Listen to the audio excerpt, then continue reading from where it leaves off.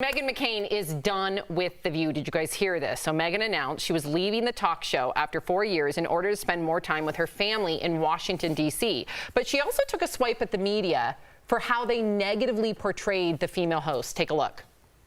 The media needs to do a better job of covering the women on this show in general. As Joy pointed out, it is not a fair fight. We are covered with deep misogyny and sexism by the media. Though if 5 men were doing what we do every day, I really do believe that we would probably have a Pulitzer Prize at this point. No one wants to watch 5 men do this, Meghan. Yeah. Then they've tried. No. Yeah, they've tried that with 5 men talking. No one cares. Joy Behar also called her a formidable opponent and no snowflake. Meghan said she will stay on the show until the end of the month.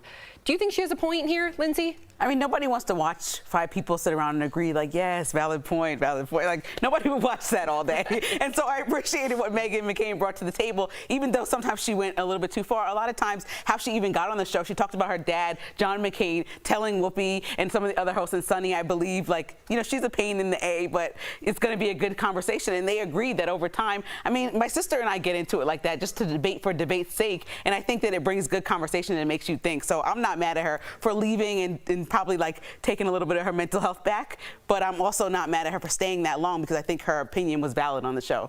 Yeah, you know, Eric, I look at this, you know, and she had a nice run on The View, but I wonder if we're going to start to see this become more normalized, because I think people could be a pundit for years, you know, come in, I have my take, I'm on the left, you're on the right, and then we have coffee and I go home. I don't think you do that anymore. I think social media is on you 24/7. I think people are saying things to you in restaurants, and I think it wears people down. And I wonder if just your bandwidth, Erica, is now, instead of 30 years, 7 to 9 years, and you're like, I don't want any more of this. Yeah, that's a very, very valid point. I always say I've never had, this is the longest job I have ever had in my entire life, and we have been on the air for 4 years. I've never had a job longer than that, and I've been in media my entire adult life. I think that there is a shelf life for these positions. Some people are able to do it for 10, 20, 30 years, and they're icon status. Some people are like, actually, this isn't my end game. I love this. I love what it brings to the table. I've put myself into it and it's given me something back. I'm moving on to my next chapter. I think where it gets tricky is when you try to make it work for a very long period of time and it's against your spirit, then you're fighting the grain and you start to get in trouble that way, especially when you speak your truth on a regular basis. So I really commend Meghan for showing up every day, although that could not have been easy being the dissenting opinion. But that opinion was valid too. Until it crosses a line about human rights issues or the oppression of others, we need to be in comfortable spaces having uncomfortable conversations, and that's exactly what she brought to the table. So if she needs a mental health break, girl, take your break. No, I'm going to push back on all of you. Of course, she deserves that mental health break. Everybody does. But when you sign up for The View, you know exactly what machine you've signed up for.